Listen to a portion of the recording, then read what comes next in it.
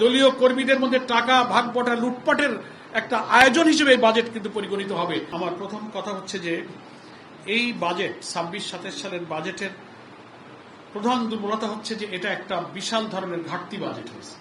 হ্যাঁ, ঘাটতি ভারত আমাদের দেশের বাজেটের একটা ট্রেডিশন, কিন্তু সেটার একটা মাত্রা থাকে।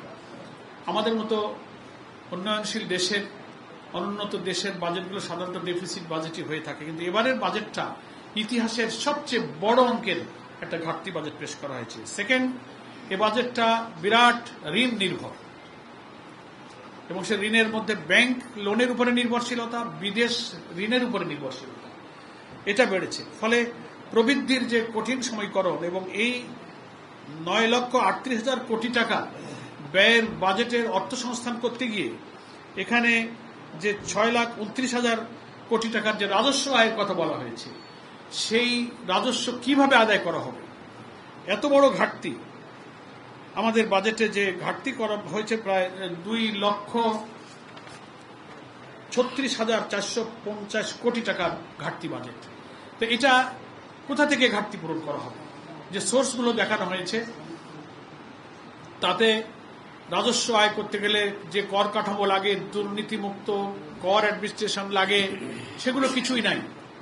অর্থমন্ত্রী খুব টেকনিক্যালি কালকে একটা কথা বলেছেন, মানে কর বৃদ্ধি যে করা হয়েছে, যেগুলো সাধারণ নাগরিক জীবনে, গার্মেন্ট শিল্পের উপরে অন্য জায়গায় ইফেক্ট করবে, ভাষার সলচাতুরি ওনারা বলেছেন যে আমরা করের উৎস বাড়াচ্ছি, করের জাল তৈরি করে নগর জীবনে, নাগরিক জীবনে এটার যে প্রেসার, প্রভাবটাকে ওনারা শব্দ প্রয়োগের মাধ্যমে সেই চালাকি করে কর বৃদ্ধির জায়গাগুলো এড়িয়ে যাওয়ার চেষ্টা করেছেন।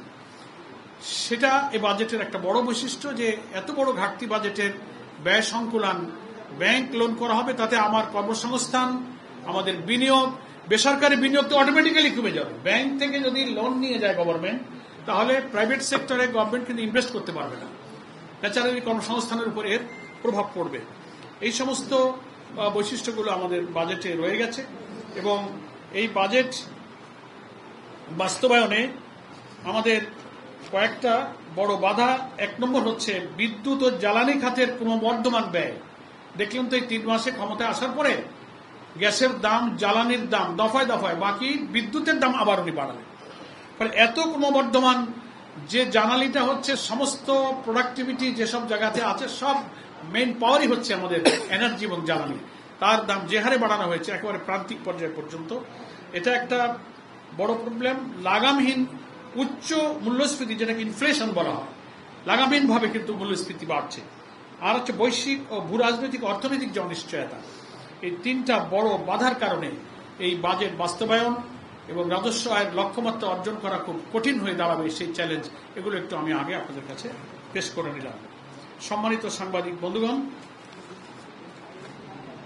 জামাত ইসলামীর বাজেটের প্রস্তাবনার সাথে এই বাজেটের কম্পারেটিভ আলোচনাটা আমি শেষ অংশে একটু আপনাদেরকে জানাবো। গতকাল 2026-27 অর্থ বছরের যে বাজেট পেশ করা হয়েছে, যা বাংলাদেশের ইতিহাসে 55তম জাতীয় বাজেট। জুলাই বিপ্লব পরবর্তী বাংলাদেশে নির্বাচিত সরকারের নিকট একটি জনবান্ধব, সুপরিকল্পিত, দূরদর্শী ও বাস্তবায়নযোগ্য বাজেটই প্রত্যাশা ছিল, কিন্তু সরকারের ঘোষিত বাজেটে জনগণের আশা আকাঙ্ক্ষা ও জীবনমান উন্নয়নের বার্তা প্রতিফলিত হয়নি। বাংলাদেশকে একটি স্বনির্ভর, দুর্নীতিমুক্ত রাষ্ট্র প্রতিষ্ঠা করার রূপরেখাও এই বাজেটে পরিলক্ষিত হয়নি। অর্থাৎ আপনি কর প্রশাসন, এন্টি কারাপশন কমিশন, এ কথা বলতে গেলে তো আমাদের আবার সেই জুলাই সনদের ভিত্তিতে গণভোটের রায় বাস্তবায়ন না হওয়ার কারণে এই বাজেট বাস্তবায়নে যে কি পরিমাণ দুর্নীতি হবে, দলীয় কর্মীদের মধ্যে টাকা ভাগবটা লুটপাটের একটা আয়োজন হিসেবে এই বাজেট কিন্তু পরিগণিত হবে। এটার কারণেই আমার মনে হয় যে সরকার গণভোটের গণরায় বাস্তবায়ন করতে যাচ্ছে না। কারণ গণভোটের গণরায় বাস্তবায়ন হলে এন্টি কারাপশন কমিশনকে প্রধানমন্ত্রীর হাতের মুঠে রাখা যেত না, সেখানে একটা সেপারেট নিরপেক্ষ কমিশন গঠন হতো, দলীয়করণ মুক্ত প্রশাসন হতো, স্বাধীন দুর্নীতি দমন কমিশন হতো, পাবলিক সার্ভিস কমিশন পিএসসি, সেটা প্রধানমন্ত্রীর ইচ্ছা, রাষ্ট্রপতির ইচ্ছায় হতো। সেখানেও জুলাই সনদে বলা হয়েছিল যে এটাও পজিশন, অপোজিশন এবং অন্যান্য অথরিটি দিয়ে আমরা একটা সুন্দর পিএসসি গঠন করব, সেটাও নোট অফ ডিসেন্ট দিয়ে রেখেছে বিএনপি। জুডিশিয়ারি, ইলেকশন কমিশন, এই যে জুলাই সনদের ভিত্তিতে যে গণভোট হলো, হা ভোটে প্রায় 70% লোক হা বলল, যেটা বিএনপি বাস্তবায়ন করতে চায় না। তার কারণ হলো যে এই যে বিশাল অঙ্কের বাজেট, 9,38,000 কোটি টাকার ব্যয়ের বাজেট হবে, এটা কালকে বাজেট প্রতিক্রিয়ায় জামাত ইসলামের পক্ষ থেকে রাজধানীতে মিছিল করে বলা হয়েছে যে আলটিমেটলি বাজেট হবে লুটপাটের বাজেট। এটা জনগণের, জনস্বার্থের, সমাজের প্রান্তিক মানুষের, উৎপাদনমুখী দেশের, স্বল্পোন্নত দেশ থেকে উন্নত দেশে উত্তরণের যে প্রক্রিয়া, এর পথে চূড়ান্ত বাধা হয়ে যাবে এই বাজেটটা।